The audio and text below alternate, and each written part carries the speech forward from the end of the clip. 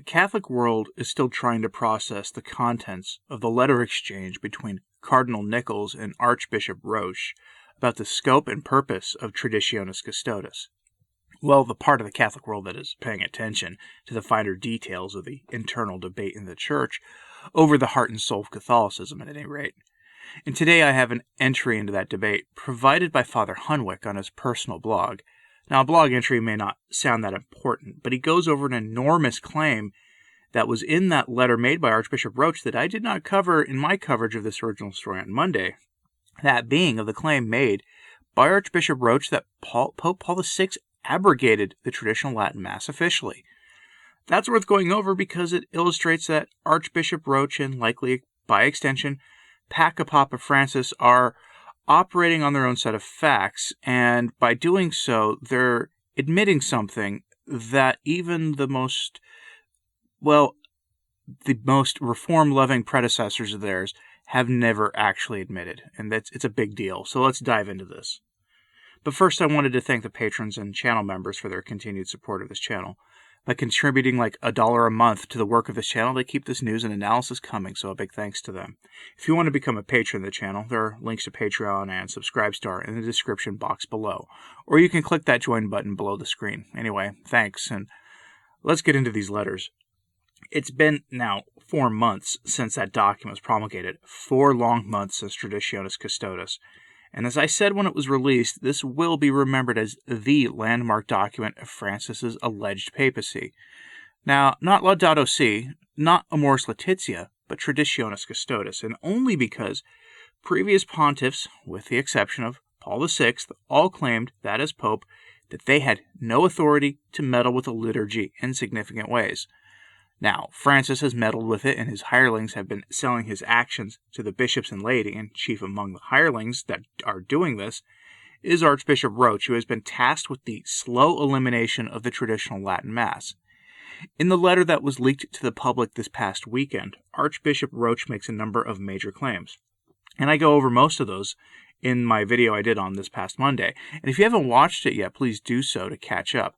But the claim he makes that I didn't cover at that time is actually the biggest claim, the erroneous claim that Paul VI formally suppressed the Latin Mass, or it's erroneous in the sort of official sort of narrative that the Church has given us since the time of Paul VI. And we'll go over this distinction here. Father Hunwick wrote on his personal site about this, and I'll quote him because, frankly, he's more of a liturgist and canon lawyer than I am. From his piece, he says, quote, "My first surprise, when reading Roche's letter, was to read that, in Roche's view, the preconciliar liturgy was abrogated by Pope St. Paul VI. Pope Benedict wrote in Summorum Pontificum, Article 1, that the Roman Missal, as promulgated in 1962, was never abrogated. In the accompanying letter that he wrote to the world's bishops, he iterated this historic fact. I would like to draw attention to the fact that this missal was never juridically abrogated and consequently, in principle, was always permitted.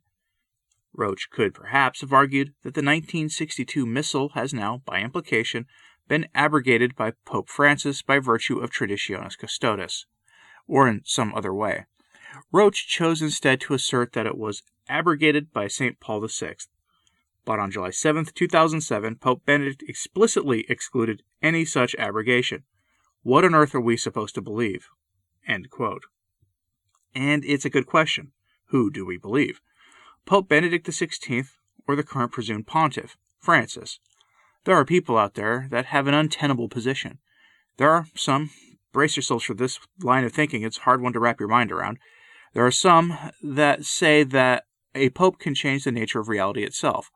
They do this by claiming that when a pope says something, it's true. So when Benedict said it, that the Latin Mass has never been abrogated, it was true. And when Francis says now that it was abrogated, it's also true, despite that position being logically impossible. Please don't be like that. Either Benedict is right or Francis is right, but both cannot possibly be correct in this. Now on Monday, I quoted Pius V's papal bull, Quo Primum, which suppressed liturgical reforms in the West that were younger than 200 years of age and made the Rite of Rome, the traditional Latin Mass as we now call it, the normal rite of Mass for the Church in the West. The Rite of Rome, again, that's what we can call it here, was much older than 200 years old, and it can be traced through organic development to the Apostolic Age.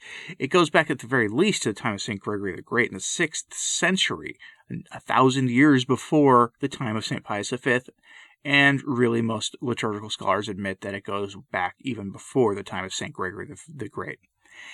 It is the oldest liturgy in the Church, the traditional Latin Mass, according to some scholars. Now here's what Pius V said on this matter in order for us to figure out the answer to who is right between Benedict and Francis. Quote, "Furthermore, by these presents, this law, in virtue of our apostolic authority, we grant and concede in perpetuity that, for the chanting or reading of the Mass in any church whatsoever, this missal is hereafter to be followed absolutely, without any scruple of conscience or fear of incurring any penalty, judgment, or censure, and may freely and lawfully be used. Nor are superiors, administrators, canons, chaplains, and other secular priests or religious, or whatever title designated, obliged to celebrate the Mass otherwise than as enjoined by us. We likewise declare and ordain that no one whatsoever is forced or coerced to alter this missal, and that this present document cannot be revoked or modified, but remain always valid and retain its full force, notwithstanding the previous constitutions and decrees of the Holy See, as well as any general or special constitutions, or edicts of provincial or synodal councils, and notwithstanding the practice and custom of the aforesaid churches, established by long and immemorial prescription, except, however, of more than 200 years standing." End quote. In other words, the normative, or, to use modern language here, ordinary form of the Mass in the Roman Rite, according to St. Pius V, was what we now call the traditional Latin Mass, and that declaration had infallible-sounding language contained in it in the form of anathemization of any figure of any rank in the Church who tries to end the Latin Mass. Papal infallibility was a dogma before it was declared by Vatican I. That's just how things go. Now this all brings us back to Father Hunwick. He goes on to say that Roche could claim that Francis abrogated the traditional Latin Mass, which might be a dicey issue for him because, according to Quo Primum, all involved would anathematize themselves if Quo Primum is to be believed, which is an admission that the powers in Rome probably would never make, nor would any of the more mainstream critics of Francis make that either. I'm glad I'm not one of those, to be honest with you. That will simply never happen. But after saying that Roche could make that claim, we get this from the priest. Quote, "If Pope Benedict's clear statement, made twice, that 1962 was not abrogated by St. Paul VI, can be trashed like this by a mere curial official, it is clear that definitive statements by the present Pope can also as easily be trashed, or even more easily trashed. My words above treat what really is but a canonical detail, but there is a dogma here as well. Benedict XVI wrote in that letter to the bishops, 'In the history of the liturgy there is growth and progress, but no rupture. What earlier generations held as sacred remains sacred and great for us too, and it cannot be all of a sudden entirely forbidden or even considered harmful.' He was, in fact, reiterating the teaching he gave when he was prefect of the Congregation for the Doctrine of the Faith. After the Second Vatican Council, the impression arose that the Pope could really do anything in liturgical matters, especially if he were acting on the mandate of an ecumenical council. Eventually, the idea of the givenness of the liturgy, the fact that one cannot do with it what one will, faded from the public consciousness of the West. In fact, the First Vatican Council had in no way defined the Pope as an absolute monarch. On the contrary, it presented him as a guarantor of obedience to the revealed word. The Pope's authority is bound to the tradition of faith." End quote. This is something we must all understand. Since the definition of the dogma of papal infallibility, most Catholics have fundamentally misunderstood what it even means. The Pope is not an oracle, and he is certainly not the embodiment of the Church itself. He has no more right to tinker with the deposit of the faith than either do you or I. The vast majority of the popes in history understood this. The saints, along with the great sinners of papal history, and everyone in between. Even Alexander VI was not guilty of trying to change the deposit of the faith, and he is often regarded as the worst pope in the history of the Church. Infallibility is a strictly limited faculty of the Pope, and it does not permit the Pope to redefine the faith. But here we go, the priest continues. He gives us this, quote, "And this is in line with the decree by which St. Pius V promulgated his 1570 edition of the Roman Missal.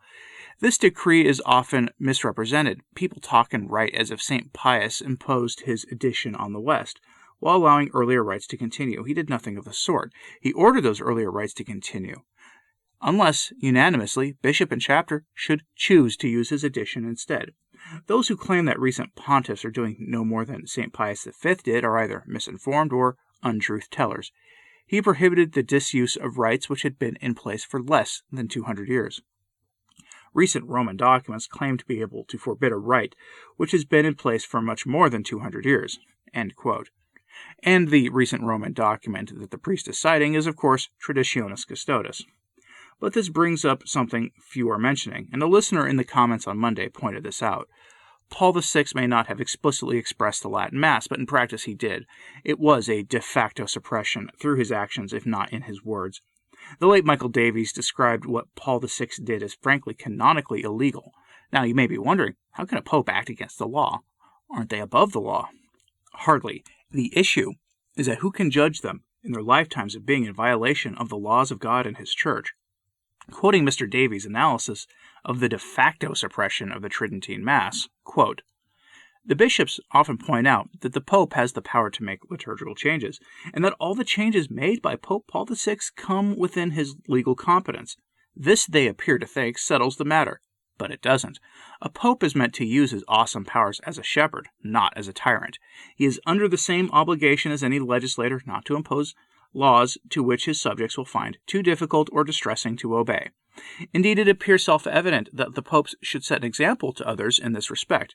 There is a sound tradition among Catholic theologians and canonists that subjects have a right to resist unjust or too burdensome legislation, even though the legislator has not exceeded the strict limits of his authority in imposing it. The problem faced by the Vatican, as a result of the widespread support for the Tridentine Mass, was that it had condoned its almost universal suppression without giving formal and binding legal sanction to this suppression. And furthermore, this illegal suppression has been given support in documents emanating from the Sacred Congregation for Divine Worship. There is no doubt at all that Pope John Paul II was sympathetic to those who, while recognizing authority, wished to utilize the Tridentine Mass. Pope Paul VI was much less sympathetic, due no doubt to the fact that he considered his personal credibility to be bound up closely with the alleged success of the reform.